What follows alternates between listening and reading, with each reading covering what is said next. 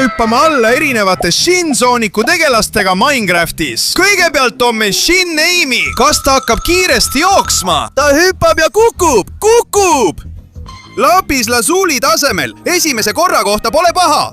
Nüüd on kord Shin-Shinta käes. Ta on tavaliselt väga tugev. Ta hüppab ja kukub edasi. Kiiresti, vajuta 2 korda ekraanile, kui tahad, et Shin-Shinta pääseks.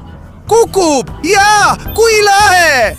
Kuldne tase, väga hea! Nüüd on kord Shin Knucklesil. Hakkab jooksma, võtab hoo sisse ja kukub! Ei, ta ei kukkunud ühtegi tasemesse, kahju. Tuleb Shin Shadow. Kui hirmus ta on? Jookseb väga kiiresti, hüppab türjusesse ja kiiresti telli kanal ning pane like, kui tahad, et Shin Shadow kukuks parimale tasemele. Kui vedas sul? Aluskivi tasemel. Lõpuks on meil Shin-Sonic, kõigist kõige võimsam. Kukub suurel kiirusel ja Redstone'i tasemele. Ausalt öeldes ootasin midagi enamat.